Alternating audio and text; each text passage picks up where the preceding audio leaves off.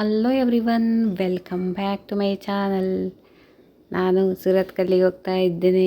As usual ಅಪ್ಪಯ್ಯನ ಜೊತೆ ಹೋಗ್ತಾ ಇದ್ದೇನೆ. ಅಲ್ಲಿ ನನ್ನ ಮಗಳು ಸಿಗ್ತಾಳೆ ಕಾಲೇಜಿಂದ ಬಂದು.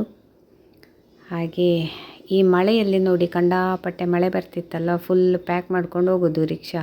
ಯಾಕಂದರೆ ಮಳೆ ಸಿಡಿಯುತ್ತಲ್ವ, ಹಾಗೆ ನೋಡಿ ಬೆಚ್ಚಗೆ ಕೂತಿದ್ದೇನೆ ನಾನು ಅಲ್ವಾ. ಅಂತೂ ಬಂದೆ ಸೂರತ್ ಕಲ್ಲಿಗೆ.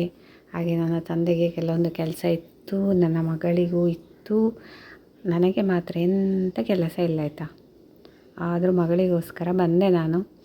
ಸೂರತ್ ಕಲ್ಲಲ್ಲಿ ಮಳೆಯಲ್ಲಿ ಟ್ರಾಫಿಕ್ ನೋಡಿ ಅಂತೆ ಸಂಜೆ ಟೈಮು. ನಮ್ಮ ಸೂರತ್ ಕಲ್ ಸಂಜೆ ಟೈಮ್ ಹೇಗೆ ಕಾಣ್ತಿದೆ ಅಂತ ನೋಡಿ.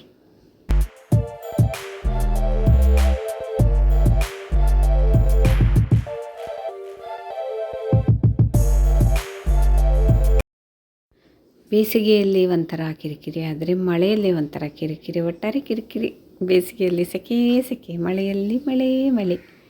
ಕೊಡೆ ಬಿಚ್ಚಿದ ಕೂಡಲೇ ಮಳೆ ಸ್ಟಾಪ್, ಕೊಡೆ ಬಂದ್ ಮಾಡಿದ ಕೂಡಲೇ ಮಳೆ ಬರುತ್ತೆ. ಹಾಗೆ ಬುಕ್ ಸ್ಟಾಲಿಗೆ ಹೋಗಿದ್ಲು ನನ್ನ ಮಗಳು, ಅಲ್ಲೇನೋ ತೊಗೊಳ್ತಾ ಇದ್ದಾಳೆ. ತೊಗೊಳ್ಳಿ ಬಿಡಿಬೇಕಾಗಿದ್ದು ನಾನು ಯಾಕೆ ಅಲ್ಲಿ ಹೋಗಿ ಡಿಸ್ಟರ್ಬ್ ಮಾಡೋದಂತ ನಾನು ಇಟ್ಟಿದ್ದೇನೆ ಇಲ್ಲಿ. ನನಗೆ ಆ್ಯಕ್ಚುಲಿ ಎಲ್ಲರೂ ಬರೋದು ಹೋಗೋದು ನೋಡೋದಕ್ಕೆ ಖುಷಿ. ಅಲ್ಲೊಂದು ಪುಟ್ಟ ಮಗು ಬೇರೆ ನಿಂತಿತ್ತ, ಅದನ್ನು ನೋಡೋದು. ಹಾಗೆ ಜನರನ್ನೆಲ್ಲ ನೋಡ್ತಾ ಇರೋದು ಖುಷಿ ಆಗುತ್ತೆ. ಅಲ್ಲಿ ಹೋಗ್ತಾರೆ, ಇಲ್ಲಿ ಬರ್ತಾರೆ, ಒಬ್ಬೊಬ್ಬರು ಒಂದೊಂದು ರೀತಿ, ಎಷ್ಟೆಷ್ಟು ತರಾವರಿ ವೆಹಿಕಲ್ಗಳು ಅಲ್ವಾ.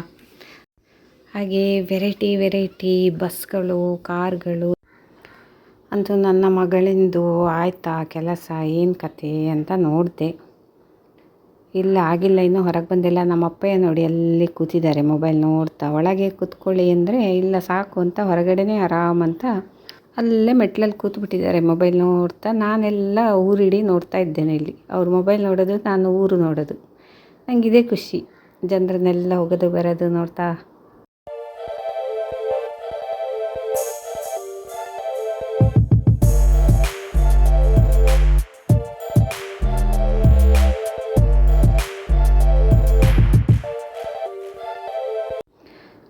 ಅಂತೂ ಸಾಯಂಕಾಲ ಟೈಮಲ್ಲಿ ನಮ್ಮ ಸೂರತ್ ಕಲ್ ಕಂಡಪಟ್ಟೆ ಬ್ಯುಸಿಯಾಗಿದೆ ನೋಡಿ ಅಲ್ವಾ.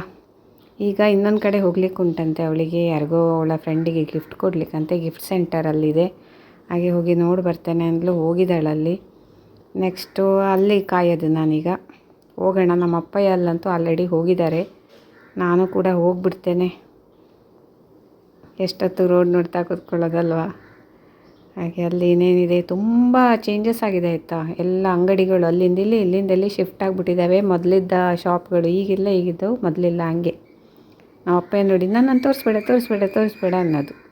ನಮ್ಮಲ್ಲಿ ಎಲ್ಲರೂ ಹಾಗೆ ಆಯಿತಾ. ನನ್ನ ವ್ಲಾಗಿಂಗಲ್ಲಿ ಯಾರೂ ಬರೋದೇ ಇಲ್ಲ, ಜಬರ್ದಸ್ತಿ ಕರಿಬೇಕು ಅವರನ್ನು. ತೋರಿಸ್ಬೇಡ ಅಂತಲೇ ಇರ್ತಾರೆ. ನನ್ನ ಒಬ್ಬಳ ಮುಖವೇ ನೀವು ನೋಡ್ತಾ ಇರಬೇಕು, ಅದೇ ಅವಸ್ಥೆ ಆಗೋಗಿದೆ. ವ್ಲಾಗಿಂಗ್ ಮಾಡೋಕ್ಕೋದ್ರೆ, ಡೈಲಿ ವ್ಲಾಗಿಂಗ್ ಮಾಡೋಕ್ಕೋದ್ರೆ ಇದೇ ಅವಸ್ಥೆ ನನ್ನದು. ಇರಲಿ ಬಿಡಿ. ಮತ್ತು